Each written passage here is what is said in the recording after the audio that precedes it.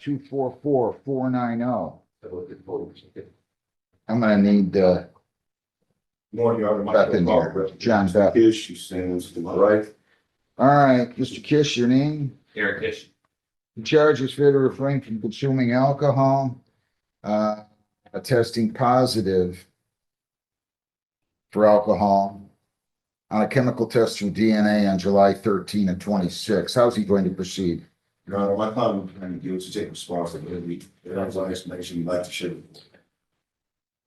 Plead guilty here, you could get 10 days. This would be a second violation. No, actually, you've had 3 priors. You could get have your probation revoked and you could be incarcerated for the maximum, which on this would be 93 days. Do you understand that? Yes, Your Honor. You're presumed innocent. They have to prove you guilty by a preponderance of the evidence. You have the right to question their witnesses, to bring in your own, to use the subpoena powers of the court to bring in those witnesses. If you plead guilty, you'll be giving up all those rights, and there will not be a hearing or a trial. Do you understand that? Yes, sir. All right, any questions before we go on to that charge? Fair to refrain from consuming alcohol, testing positive through DNA on July 13 of 26. How do you plead with that? Guilty. Did you test positive at DNA on July 13 of 26? Yes. Did you consume alcohol, say within the 3 days preceding that? Yeah. Anybody force you to plead guilty? No. I'll accept that plea. I find it to be an accurate plea made voluntarily and understanding this plea. So that this is the summons via probation violation of July the 20th. I'm accepting your plea here today to fair to refrain from consuming alcohol. Your name is Wells. Elizabeth lost probation. All right, so what do you have to say here, counsel? Well, Your Honor, I understand this is really an accident. He went out for a golf trip on the weekend. He went out there with all intents and prepared to act responsibly. He brought several non-alcoholic beers with him so he could stay distinct from his buddies. And the only way he can explain his possible exposure that he grabbed one of the wrong beers and handled one of the wrong beers. Oh my See, gosh, what happened. you guys, they're not even getting, how do I say, unique anymore.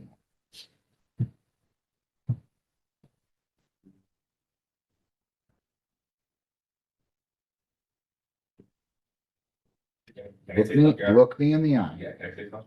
No? Did you intentionally consume alcohol on that day? Not intentionally, I did. Then let's have I a- did have a beer. Yep. I had 3 non-alcoholic beers in day. Slow down. I'm not taking your plea. You didn't intentionally consume alcohol. If you didn't intentionally consume alcohol, I'm going to swear her to an oath. I'm going to swear you under oath if you choose to testify. And we will go from there. You want to confer with your lawyer before you answer that question? Yeah. Go ahead, talk to him.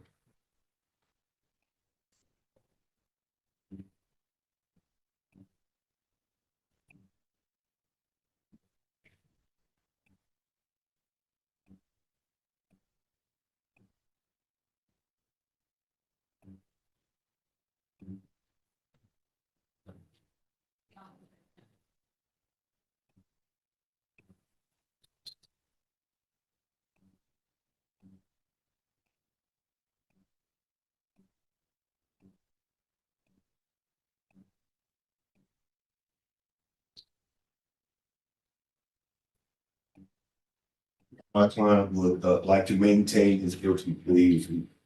Disgusting. Did you intentionally consume alcohol? Yes. Why did you just tell me you didn't intentionally consume alcohol? Wait a minute. Before you answer that question, you have not learned the single most important principle of a sobriety. And that's honesty. I don't want people in the sobriety court that aren't honest. I get the fact they're going to relapse, but I don't want them in here if they're going to look me in the eye and tell me something that isn't true. And I know not to be true. I mean, this is not, I don't understand how it is that anybody who comes in here and is concocting stories would think they're gonna get one over on me. I don't take it personally that they think they are. How old are you again? 34. All right, well, I've been doing my profession for 43 years and a judge until the time you were about 2. So, and I'm talking about being a judge. So that means I've heard every story from A to Z. Every story, every lie that there is to hear. I don't want you in sobriety court if you're not gonna be honest with me. I never liked you working at this bar to begin with. You got no business putting yourself in a position where you're going out on golf outings. I know what happens on golf outings. And now you come in here and you lie to me. No, wait a second. Why you stop? Well, Your Honor, He said he intentionally consumed alcohol. If he didn't intentionally consume alcohol, we're having a hearing right now, and I'm gonna determine whether or not he intentionally consumed alcohol. Your Honor, I think it's true, and I think my client would admit that it's true that he knowingly took alcohol, but in terms of the use of the word intentional, I think upon reflection, what he was trying to communicate, to the court, that when he came to this golf outing, he didn't come with the intent of hanging out, having drinks with his boys. But he did anyway. But he came with the intention, that's why he brought the non-alcoholic, he was thinking he could toe the line, and this was one of those times when he failed, he relapsed. When he put himself in a bad situation. So what I would have expected is that he come in here and tell me that. Anybody force you to plead guilty here, No. please accept it. I don't know what to do with it. You tell me what I should do with it. I honestly, Judge, I don't know. I mean, we just went through this a few short months ago in regards to, of course, his prior violations, him claiming the non-alcoholic beverage, finally kind of came to truth. I was hoping he learned his lesson about being truthful at that point, especially since he served a little bit of jail time. But we're in a position now where we're kind of far enough in the program that it has to be considered if he is appropriate to continue. I think Mr. Kish, as I think I've said before, it does have a serious problem with alcohol. The environment he's in, like you mentioned, is just not a good environment to put himself in the predicament of the tournament. He knows he can't possess frequent, and that's exactly what you're doing when you get on a golf cart or you go to a golf tournament and there's beer in the basket. Maybe he should have left. That would have been the better choice. So I'll leave it up to the discretion of the What court. about the restricted license? Where are we with that? We took that away from Right. him Right, because he attempted to drive with. right. And they, Well, Your Honor, but I understand that it appears to me that the actual violations was for him failing to provide a sample. In other words, shy bladder syndrome, and I believe he supplied some type of documentation to the court, if not, he can. And that's why he was really violated. I can't speak to some of the other comments here. Pardon me. So I would just hope the court can kind of emphasize on exactly what it has been found guilty of. It's failure to test after attempting to several times. It's clearly documented. He attempted 3 times. I think I I dismissed think those. Mr. Crawford's looking at a very previous violation. I think I dismissed that. Yep, he's violated for consuming alcohol, attempting blowing. I did take a plea on one for failure to submit. I took a plea on one for failure to pay fines and costs. And I took a plea on the last one for testing positive, at least on the interlock. So I'll grant you this. He's really had 2 violations for drinking. And he had the one for failure to pay, which I'm not as concerned about, to be honest with you. And then the other one for failure to submit. But I remember we went through that shy bladder issue. Thank you, Your Honor. Bottom line is my client is asking the court give him this one final chance. He believes his private court is good for him, wants to continue on. I find it difficult how the court might resolve or ask my client to resolve the issue about his employment. It's my understanding is that he owns the facility. So, I get it. I mean, he has to somehow interact there to properly exercise his ownership. Where is he phase-wise? Your Honor, I didn't bring my face sheet in. Eric might have a better answer for that. I know we had Tell me where extended you up, are. I believe we put him. I know, but how far through 2? It was about a month ago, but then it got really, tornado siren. Yeah.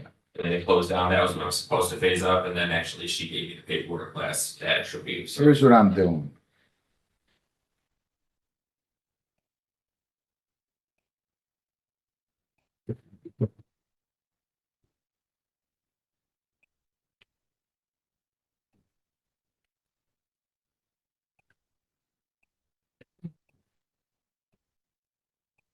What do we have him now?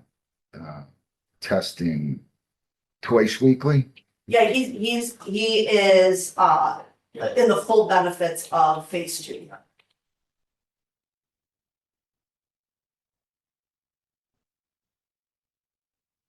We don't have him on a sober link, right? Or do, Not anymore.